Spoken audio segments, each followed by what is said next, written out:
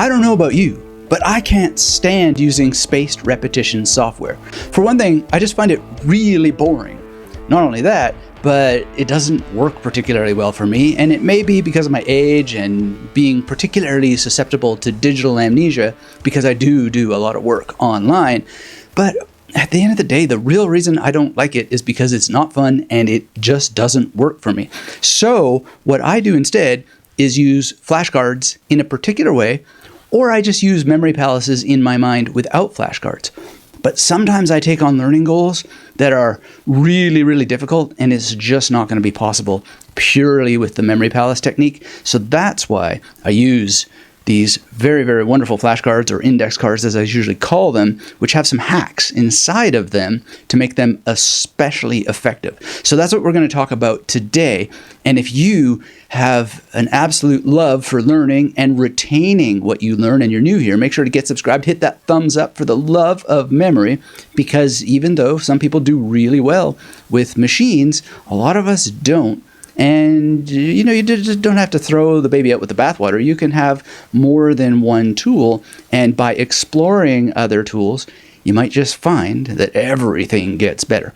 So the rationale, I think, for the print cards is not even just my thoughts. It's in the science, and the science is also in my anecdotal experience. There's something about handwriting that really helps the mind absorb more. And just recently, another study came out demonstrating why and how scientists think this is true. And years ago, I remember talking about it, and it was, it's because there's 168 muscles that are going from your hands and your arms into your brain and so forth. And that can be. But another possible explanation that has been explored in the science is spatial memory and depth. So one way to think about this is if you have a book or a pack of cards, flashcards, index cards, and you're thinking through where something is that you've seen, you have a depth. You have halfway through a book, or the top quarter of the pack, etc. And your mind can track this a little bit better. But in a spaced repetition software, where is the middle of the pack? It's nowhere. It's always information on a flat screen. So again, some people will not have a struggle with that, and that's totally fine. But if you find that you're having an issue with that, then the number one rationale for handwriting on cards is the benefit of the handwriting itself, which is not entirely clearly understood, but it probably has to do with haptic memory, which is the memory of having some sort of kinesthetic sensation with your hands. And it has something to do with spatial mapping and how your memory works. So that's the first thing. The second thing, if you find that whatever you're doing with the flashcards isn't working, is to move away from writing the answer and the question in words. So this particular card is from when I passed level 3 in Mandarin. That is one thing that I just couldn't do purely in my mind using memory palaces. It's quite challenging. And so also the classes were at 6 p.m. The final test was at 6 p.m. And I just knew that I needed an extra push. So what I did is I made a lot of cards, and then I had drawings, but drawings in a particular way. The drawing is meant to give me the sound and the meaning of the Mandarin word at the same time. And also, there's a very special principle called active recall, and the answer is not on the back of the card. Now, the answer is somewhere, but the goal is through active recall principles to challenge, to stretch, to push your mind to solve a puzzle. So you create the puzzle, and then you work at solving it. And you go through card after card after card. And you can do it with multiple languages. So this is Mandarin, and this is la chouette. I think you pronounce it in French. It's like très cool, la chouette. And the principle here is there's an owl in a shoe, and he's not sweating it. You don't see the sweat because I'm not that talented of an artist. But it's not about being an artist. It's just making a sketch or a drawing or whatever that makes sense to you. It's a puzzle that you solve. And again, no answer on the back. Now, sometimes I will cheat and have something like an answer on the back, but not quite. It's something that uses a principle called the cloze test, CLOZE, if memory serves. And what that is you will write a sentence, but you'll leave a blank space that has the keyword in it or several blank spaces, and then you still have to solve the puzzle. So you're not cheating yourself. You're not doing rote learning, because rote repetition probably doesn't work for most of us as well as active recall principles or active engagement. So keep that in mind. If you're going to have answers on the back, remove some critical details so that you have to stretch. I was going to be lazy and just talk about it, but I found one where I felt that I had to do that. So this is Kauscher, which interestingly enough means exam. Probably my tones aren't quite right here, so it's Kauscher, something like this, or test or exam. And then here I have the critical information missing with a blank line. And there's an image here of a test, and there's an image of a cow, and there's an image of a sheep. Now, again, it's not about art, and I am not an artist. It doesn't matter. The whole point is when I look at it, I know that that's my image of a cow and a sheep and a test. So I passed that test, and it was great, especially since I was so tired. And it had a lot of content, which I remember, neigh wrong, which is the word for content. And, as another example, there's a horse going, neigh, and this is Mr. Wrong from a sadly obscure Canadian band, not that obscure to the fans, but you should check out No Means No. Mr. Wrong plays a mean bass, and again, no answer on the back. So where is the content here, right? On Kauscher, there's an image of the test, but here there's nothing. Well, in this case, I imagine, and this is where the memory palace technique comes in, I imagine Mr. Wrong creating content in a recording studio. So that's one principle, is test yourself. Don't give yourself the answer. Give yourself a puzzle that leads you to have to complete the puzzle by providing the answer.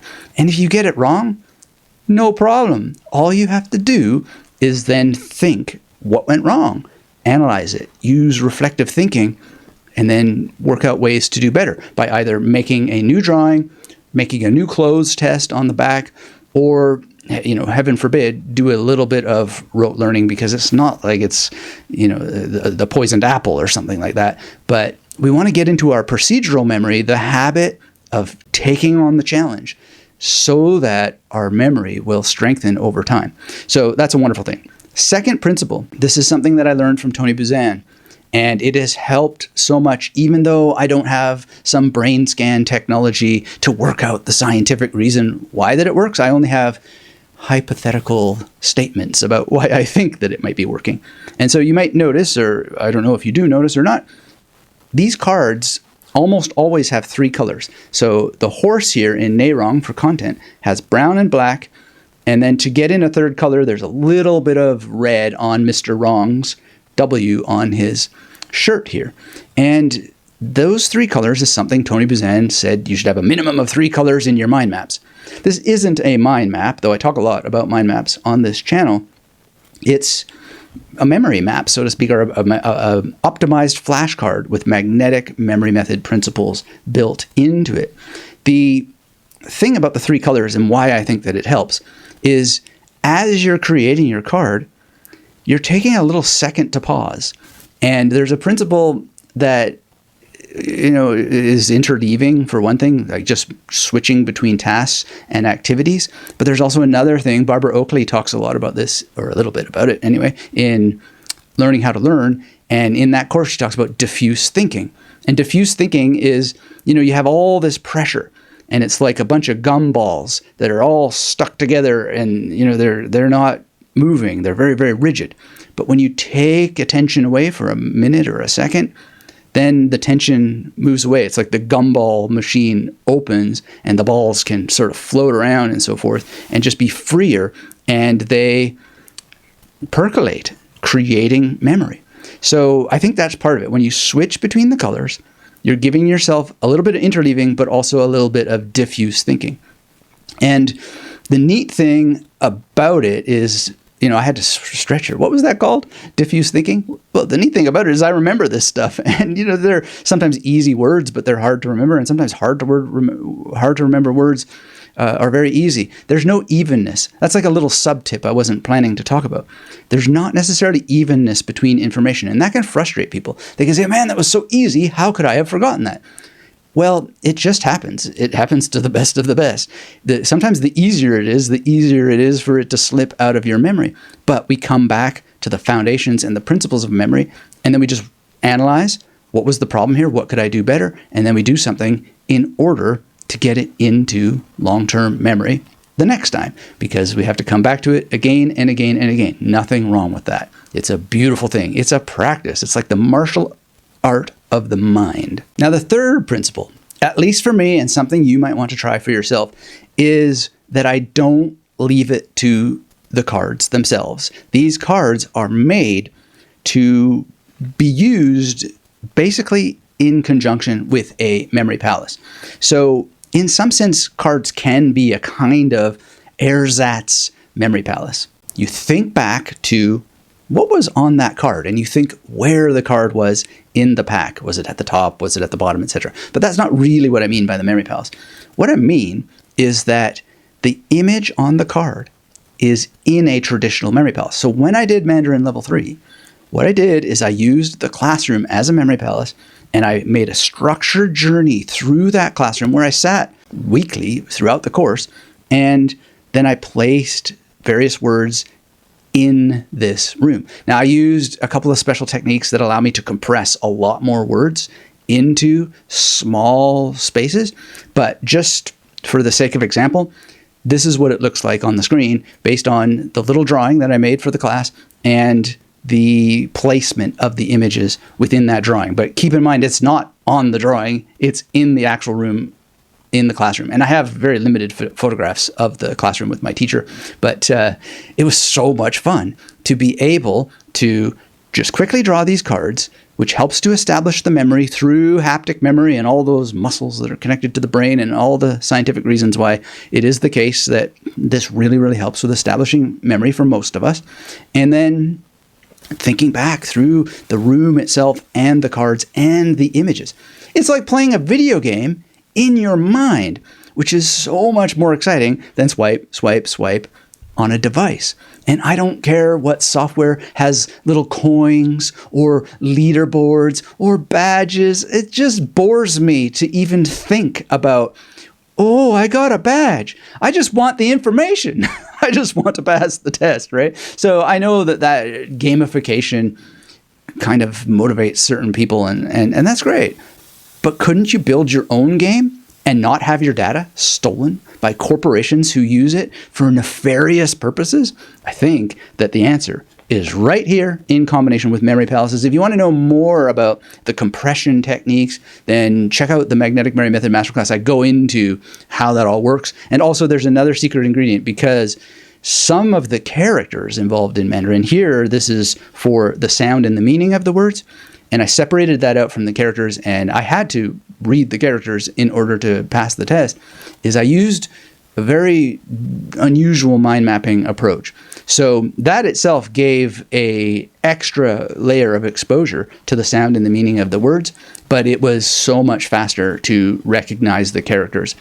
And that's basically it, except for one more thing. But thank you for everybody who checks out this channel. Always appreciate it. And for those of you who have my books and the Magnetic Memory Method Masterclass, always wonderful. It helps me continue to be able to do this on this channel, and the audio version on the Magnetic Memory Method podcast.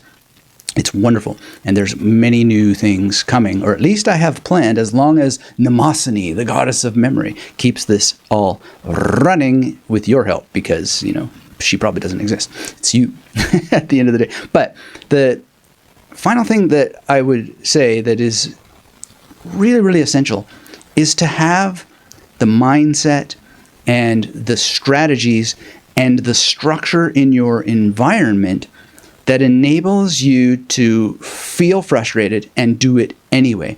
It enables you to not have time, but still somehow have time to do it anyway. And this is a slightly robust process that will take a little bit of self-analysis, a little bit of maybe changing who and what you think you are in order to get a better grip on your learning life. But if you want to stick around and watch a video, I will teach you how to teach yourself based on the best scientific principles I know, the tradition from thousands of years of epic learners, from people like, the medieval monks who could recite books forward and backwards, something I've practiced a little bit, actually. It's quite challenging but fun, and it's wonderful to just give yourself that workout. But in any case, once that you have these in memory palaces, you can recite them backwards, and that's a good active recall, active learning exercise unto itself. But in any case, there's more to this, and the ins and outs, I think, are really going to reward you. So stick around and watch how to teach yourself next.